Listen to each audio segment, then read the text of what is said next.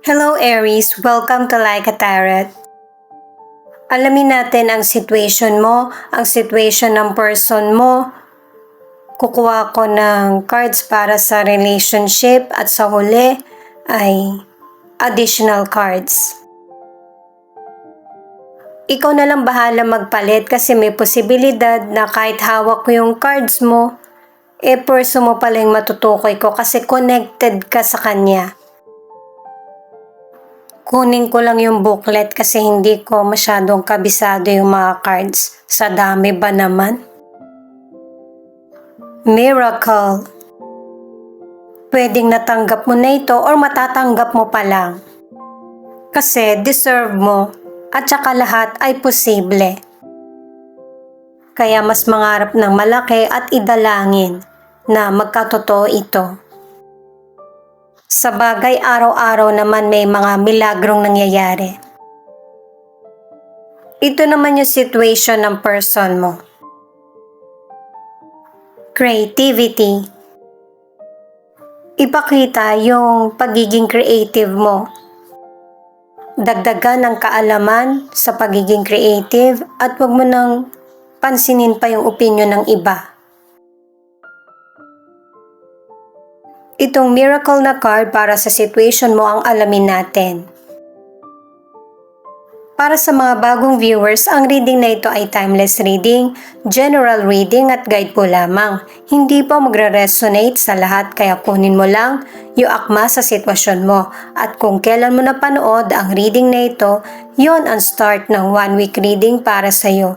Ikaw na bahala magpalit kung si person mo ito o ikaw. Angels and guides, please guide us. Ano ang reading para sa mga Aries? Page of Cups, the Wheel of Fortune, at Ace of Cups. Sa mga cards na ito ay pinapakita na ang ilan sa inyo ang situation ay ikaw yung person na malumanay magsalita, masayang kasama. Ang ilan sa inyo, normal yung takbo ng buhay mo sa ngayon. Pero may bigla ang pagbabago sa buhay mo. Halimbawa, kung noon, sarili mo lang yung iniintindi mo, ngayon, base sa mga cards, meron kang person na magugustuhan. At saka mukhang inosente ka. Yung pagkagusto mo sa person, sa kanya lang iikot yung panahon mo. Pero dahil nga sa may pagka-inosente ang ilan sa inyo, hindi mo iniisip kung ano yung magiging outcome. Nagpapatuloy ka na tama naman yung ginagawa mo. Good or bad ang maging resulta, meron kang matututunan. Ang ilang single, sobra yung pagmamahal mo sa potential person, pero hindi kanya napapansin. Ang ilang single, tingin mo yung potential person, yung bang masyado nang nagsiselos, hindi pa naman kayo, or minamanipula ka na niya. May pagbabagong mangyayari sa sitwasyon, pwedeng dun sa potential person or sa'yo, na merong mag-aalay ng pagmamahal. Kung sa'yo merong nag-aalay ng pagmamahal, dalawa na sila. At sa tingin ko, itong bagong potential person, mas magiging interesado ka. Ang ilan na nasa relationship magkakaroon ng delay o kaya makakancel yung mga plano nyo ng person mo. At ito yung magiging dahilan ng break up nyo ng person mo.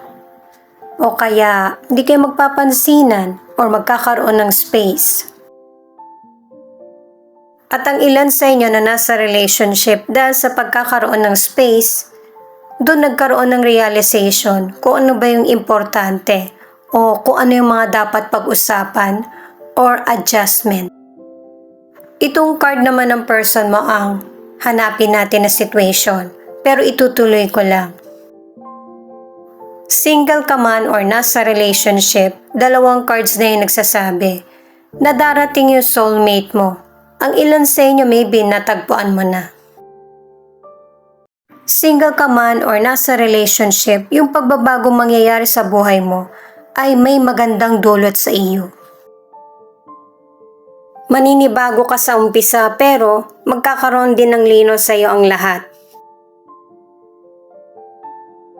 Ito naman yung cards ng person mo, the Devil, Seven of Cups at Queen of Swords. Pasensya na kayo guys sa sasabihin ko pero itong person mo, kasi cards niya ito marami siyang palusot o kaya excuses. Yun yung ilan sa behavior na meron siya. May mga biglaan na choices na darating sa buhay niya. Pero hindi yung pangmabuti yung pinipili niya. Hindi siya nag-iisip sa magiging outcome. Pinipili lang niya kung ano yung gusto niya. At saka kung ano man yung ipinapakita ng person mo sa iyo, yun na talaga siya. Nahihirapan din siyang baguhin. At saka single ka man or nasa relationship, merong third person dito sa cards ng person mo.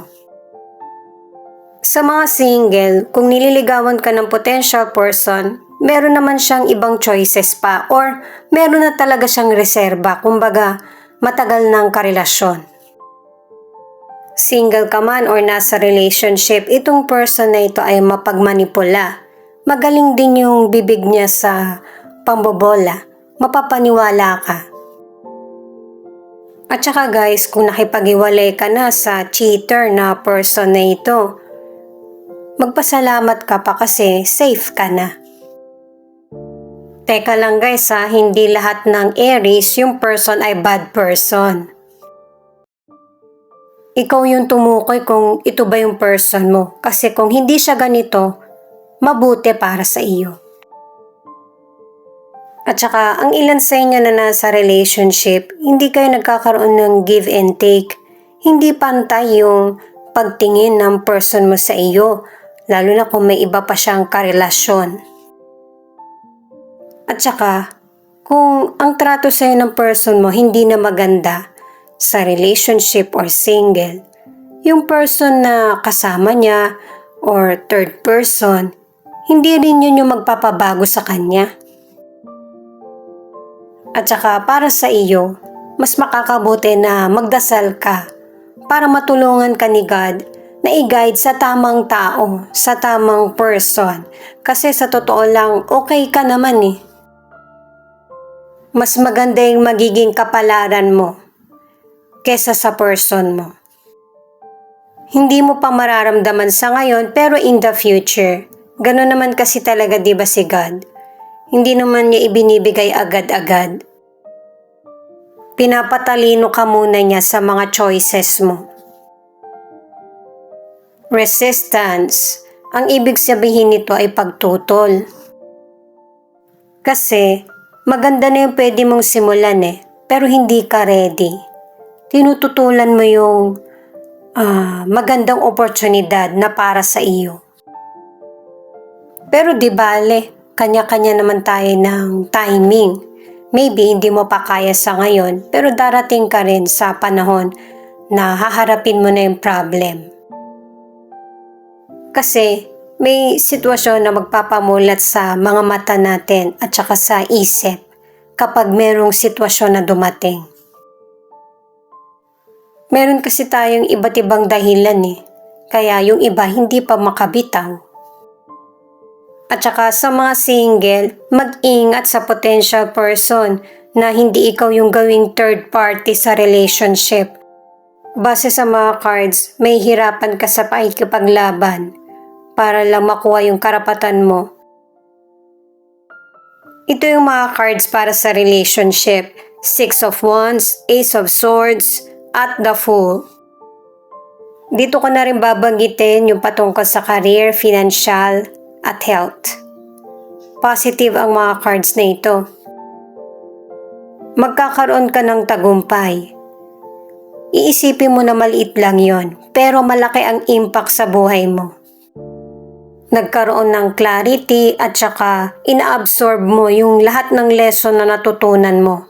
At mas haharapin mo yung bagong simula ng buhay. Sa career, sa business, sa health, magiging successful ka.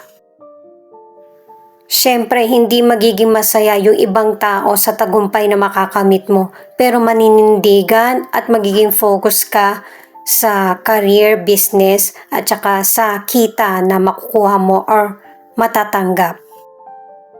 Kung bakit ito yung nangyayari sa'yo, ganun yung paraan ng universe na para balansehin ang buhay mo. Hindi naman porket hindi ka na masaya sa ibang area ng buhay mo, lahat hindi na masaya. Walang ganon. Kung hindi mo nararamdaman, meron tayong tinatawag na tamang panahon, patience, dasal, at milagro. Di ba pinakita na ng mystical card mo? Ang ilan sa inyo sa health ay healthy, at kung meron ka mang illness, magkakaroon ng healing. At saka ang ilan sa inyo hindi naman kailangan na mahirap na exercise. Okay na yung mga physical activities mo. Sa mga single or nasa relationship, ito na yung tamang panahon para makapag-desisyon ka kung anong relasyon ang gusto mo. Pero hindi mo kailangan magmadali. Yun yung warning. At saka dito sa mga cards mo, bibigyan ka ng sign ng universe. Iga-guide ka. Ikaw mismo yung makakaramdam nito. Para this time, mapunta ka sa tamang tao. Maging katrabaho man ito, kaibigan, or karelasyon. At ipinapaalala sa'yo ng mga cards na sa sitwasyon mo, ikaw yung may control. Gamitin ang isip, mag-focus, at saka lakasan ng loob. Ito naman yung additional cards mo. Nine of Swords. Ibig sabihin nito, ang ilan sa inyo, balisa ka, hindi ka makatulog, dahil na rin sa hindi ka makapagdesisyon or marami kang iniisip. Meron din person na lumuluha, pero yung luha mo, yun yung paraan mo na para makamove on sa mahirap na situation. Itong The Temperance naman, naka-3 cards ka na merong mag-guide sa iyo. Pwedeng family member mo or yung guide mo mismo ang tutulong sa iyo. Pinapaalala rin sa iyo na dapat mas i-priority mo yung mga importante. Naka-2 cards ka na, Queen of Wands, na meron talagang person na tutulong sa iyo. Pwedeng family member or kaibigan mo. Masayahin itong person na ito at saka madasalin din. Magkakaroon ng enlightenment kung ano man yung mga worries mo sa mga payo niya. Siya nga pala guys, marami po salamat sa mga nag-like, share, comment, and subscribe. At pati na rin po sa mga nakikinig at nanonood. San man panig kayo ng mundo, ingat po kayo palagi. Ito naman ang angel number mo.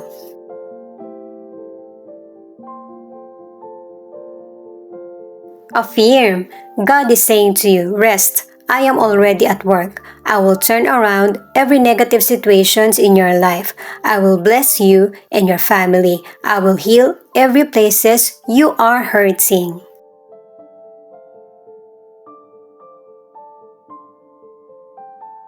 One, two, 1, 2. Your spirit guide supports you. Connected yung mga cards mo. 6. When you're being held back by anxiety or fear, it's common to see the number 6 all around you.